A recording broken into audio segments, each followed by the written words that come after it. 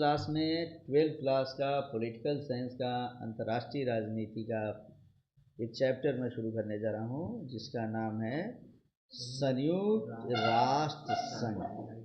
अंग्रेजी बोले तो इसको बोलते हैं यूनाइटेड नेशन ऑर्गेनाइजेशन। मतलब ये संयुक्त राष्ट्र संघ क्या है पहले हम जानेंगे। दो घटनाएं याद रखोगे जीवन में। पहली घटना होती है 1914 ईस्वी से लेकर 1918 ईस्वी तक। कौन सी घटना थी बच्चे बता सकते हो तुम लोग? इसको कहते हैं हम लोग प्रथम विश्व युद्ध।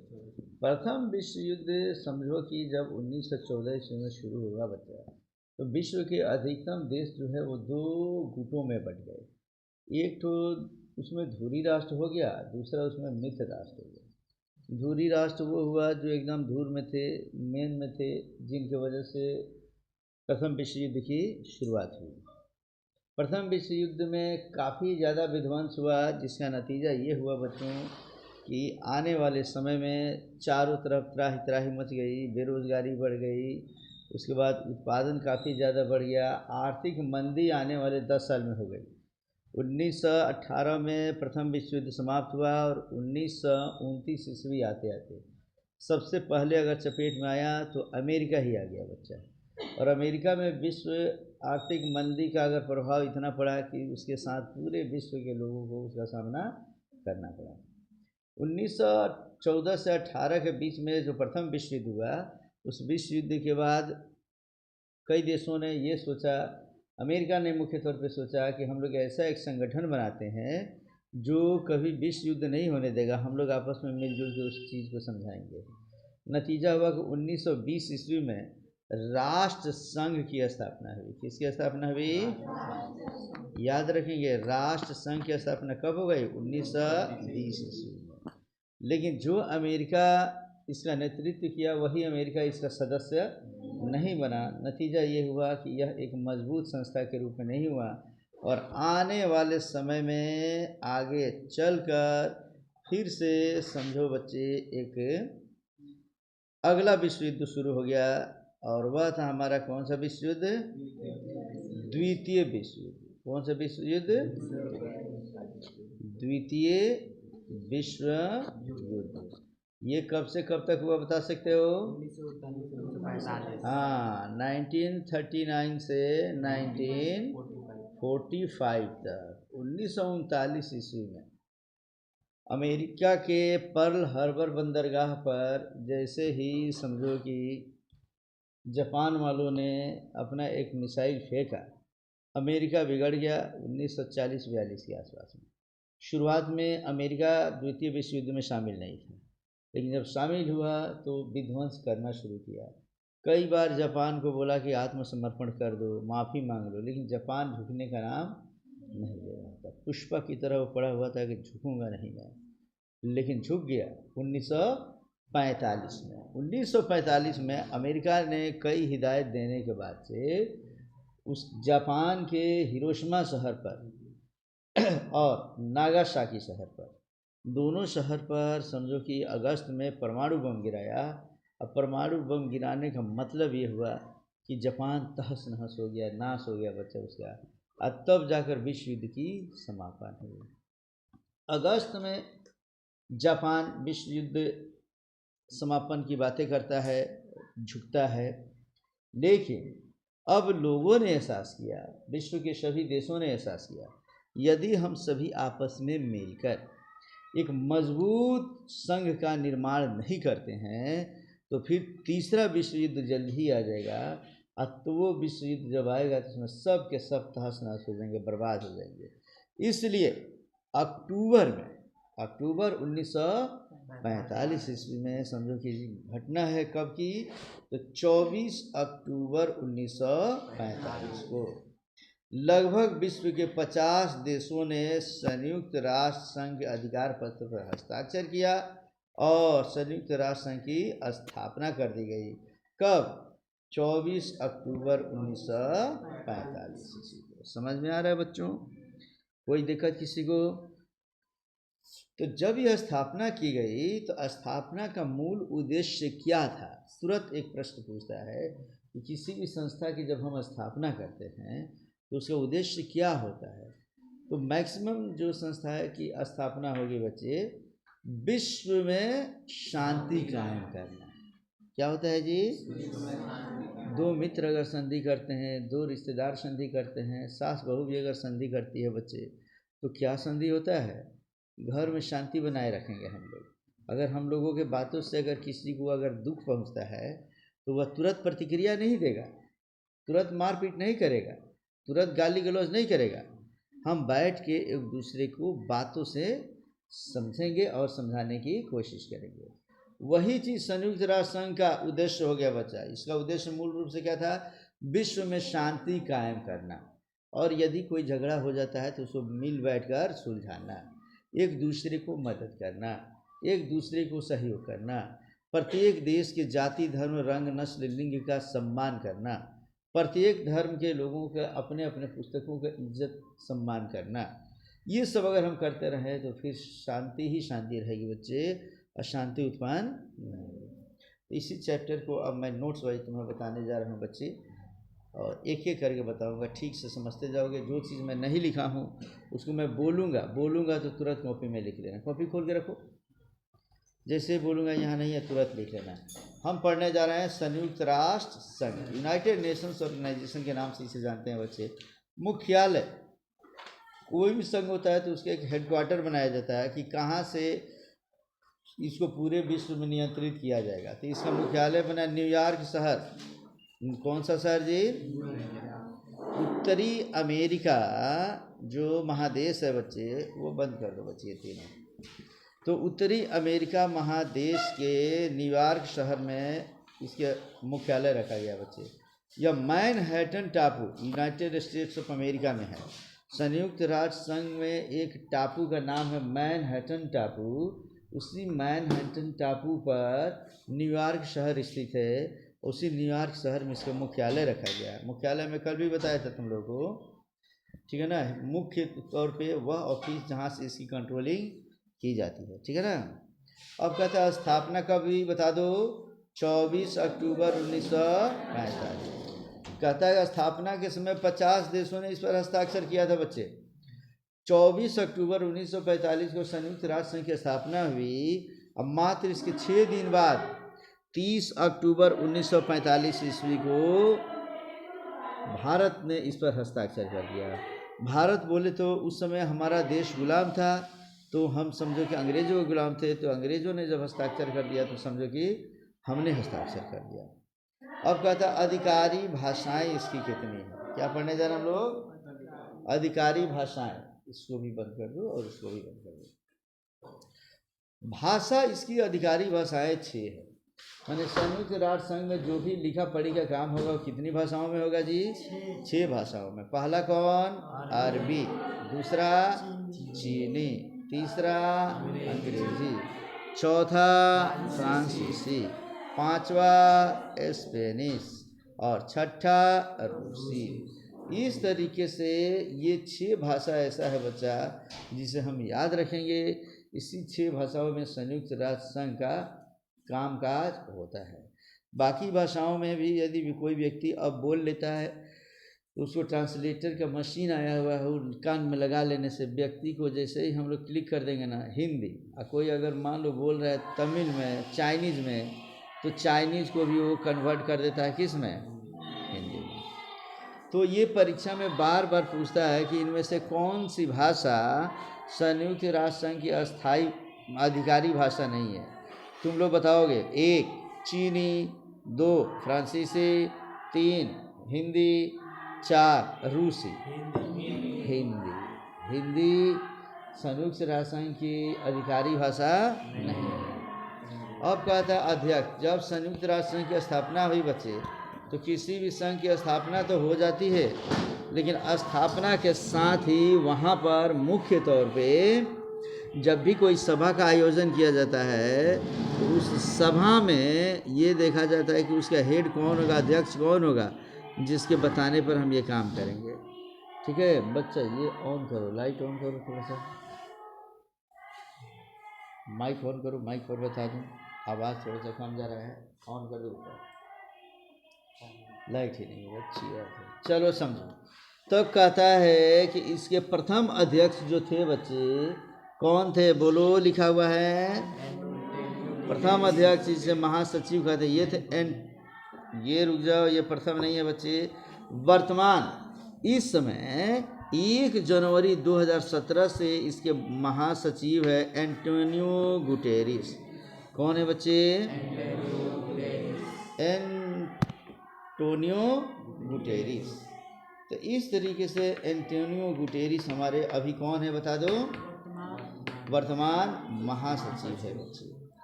लेकिन ये किस देश के हैं तो लिख लो पुर्तगाल के। परीक्षा में पूछता है ये, क्या लिखेंगे? एंटोनियो गुटेरिस किस देश के हैं जी? पुर्तगाल। फास्ट लिख लो। एंटोनियो गुटेरिस के बगल में क्या लिखेंगे? पुर्तगाल। प्रथम इसके महासचिव जो थे बच्चे वह थे त्रिगवेली। प्रथम महासचिव कौन थे? त्रिगवेली थे बच्चे। और त्रिगवेली जो है वह किस देश के थे? तो नार्वे के थे। किस देश के? नार्वे। स्वीडन जो एकदम हम लोग पढ़ते हैं ना यूरोप के मानचित्र में, तो पूछता है परीक्षा में कि संयुक्त राष्ट्र संघ के प्रथम महासचिव कौन थे? क्या बोलेंगे? त्रिगवेली। वो किस देश के थे? नार्वे के। माने नार्वे की राष्ट्रीयता उन्हें प्राप्त थी। दूसरा पूछता है महत्वपूर्ण कि वर्तमान में माने इस समय संयुक्त राष्ट्र संघ के महासचिव कौन है? एंटोनियो गुटेरिस। याद रख लेना, अभी 2 साल पहले भी पूछा था। अभिषेक सिंघानिया जब टॉपर हुआ था उस समय भी ये पूछा था बच्चा, ठीक है ना, 3 साल पहले। तो आगे इसमें पढ़ेंगे 1 जनवरी 2017 से एंटोनियो गुटेरिस है। अब इस साल संभवतः ये भी चेंज हो जाएंगे, 2 कार्यकाल पूरा कर चुके हैं। अब इनके बाद फिर चुनाव होगा तो ये दूसरे आएंगे। चलो अब हम पढ़ेंगे कि संयुक्त राष्ट्र संघ की स्थापना का, पहले पढ़ लो कि संयुक्त राष्ट्र संघ के प्रधान अंग कौन कौन से हैं। माने जिस संयुक्त राष्ट्र संघ को हम पढ़ने जा रहे हैं बच्चे, उसके मुख्य अंग कौन कौन हैं हम ये पढ़ेंगे। कोई भी संघ की स्थापना होती है बच्चों, इसे समझते चलो, तो किसी भी संघ की स्थापना होती है तो अकेले कोई व्यक्ति पूरे विश्व को संचालित नहीं कर सकता, इसीलिए इसके कुछ अंग बनाए गए। तो संयुक्त राष्ट्र संघ के मुख्यतः 6 अंग है। कितने अंग है जी? पहले अंग को कहते हैं संयुक्त राष्ट्र महासभा। क्या कहते हैं जी? संयुक्त राष्ट्र महासभा। अगर हम संयुक्त राष्ट्र अगर कहीं नहीं लगाते हैं, सिर्फ महासभा लिख देते हैं, तब भी हम समझेंगे कि वह किसकी बातें हो रही है? संयुक्त राष्ट्र संघ की। तो पहला है महासभा, दूसरा है संयुक्त राष्ट्र सुरक्षा परिषद। क्या है बच्चे? सुरक्षा परिषद। तो सुरक्षा परिषद याद रख लेना। तीसरा है आर्थिक व सामाजिक परिषद। चौथा है संयुक्त राष्ट्र न्यास परिषद।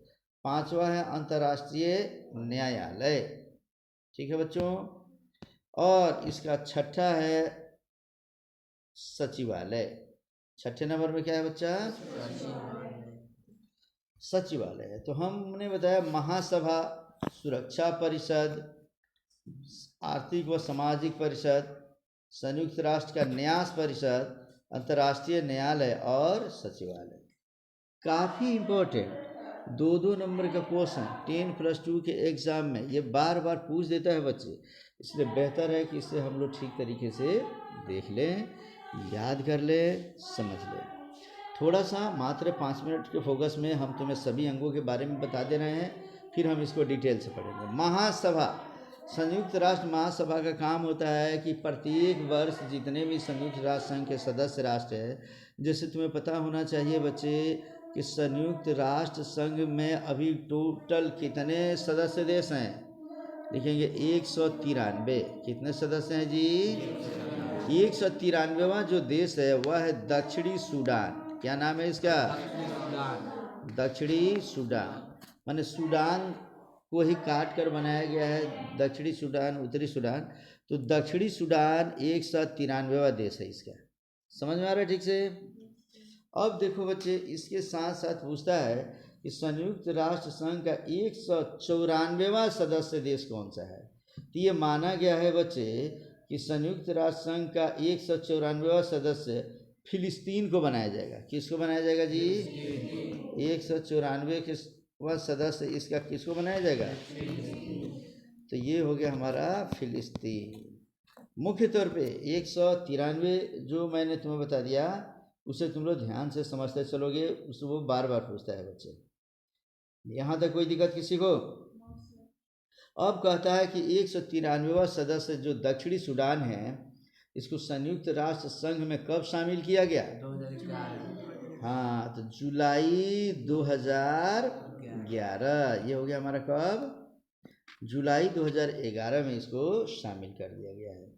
ठीक है बच्चे, तो इस तरीके से संयुक्त राष्ट्र संघ में स्थापना के समय कितने देश थे, वर्तमान में कितने देश है, फिलिस्तीन को कौन से नंबर पे रखा गया है संयुक्त राष्ट्र संघ में मिलाने के लिए, ये सभी तुम समझ गए बच्चे। यहाँ तक कोई दिक्कत नहीं ना? संयुक्त राष्ट्र संघ के प्रधान अंग कितने हैं? 6 अंग है। पहला कौन? बोलते चलो बोलते चलो। संयुक्त राष्ट्र महासभा। दूसरा कौन? तीसरा कौन? चौथा कौन?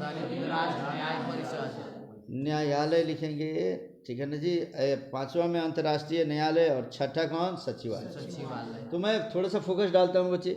महासभा का काम होता है कि विश्व के जितने भी 193 सदस्य हैं सभी देशों को हर साल बुलाया जाए, एक मीटिंग किया जाए, सबकी समस्या को सुना जाए और विश्व में अगर किसी देश से अशांति उत्पन्न होने वाला है तो उसका निदान करने की कोशिश किया जाए। समझ में आ गया बच्चा?